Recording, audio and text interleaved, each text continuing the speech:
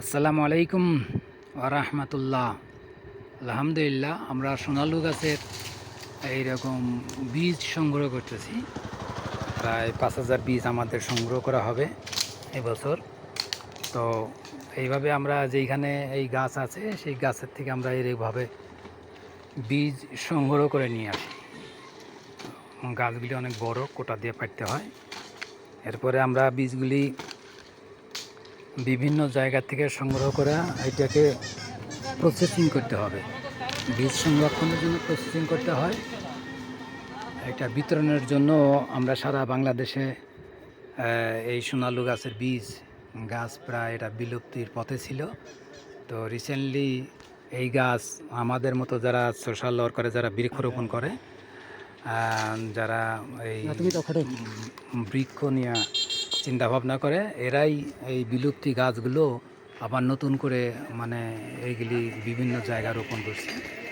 তো আমরা ভিলেজ ভিশনের পরিবারও ঠিক ওইভাবেই এই গাছটা, এই সোনালু গাছটার বীজ সংগ্রহ করে বিভিন্ন জায়গায় আমরা রোপণ করছি এবং বিতরণও করছি। তো এইভাবে আমরা বিভিন্ন ফলমূলের বীজ আমরা সংগ্রহ করি, এটা আমরা ফ্রিতে বিতরণ করতেছি।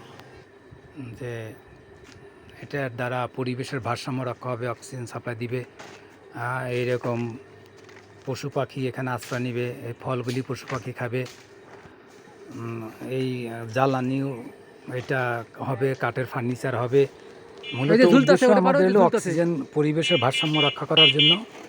আর মানুষ এবং জিন ইনসান যারা আছে, পশু পাখি, সকলে যাতে এর থেকে উপকৃত হয়, সদগায়ে জারিয়া হিসেবে আমরা এই কাজগুলি করে থাকি। তো এইভাবে আমরা এই বীজগুলি এরকম বিভিন্ন জায়গা থেকে আমরা সংগ্রহ করছি। আমাদের আজকে ভলেন্টিয়ার এরকম আছে, শাকিল আছে, মেহেদি আছে। আর এই যে দেখেন বীজগুলি নিয়ে আসছি, এটা ওইখানে যে বীজ আছে এই বীজগুলি ওখান থেকে বের করে করে এইভাবে আমরা সংরক্ষণ করি। এটা প্রসেসিং করার পরে আমরা বিভিন্ন জায়গায় এটা প্রেরণ করব রোপণের জন্য।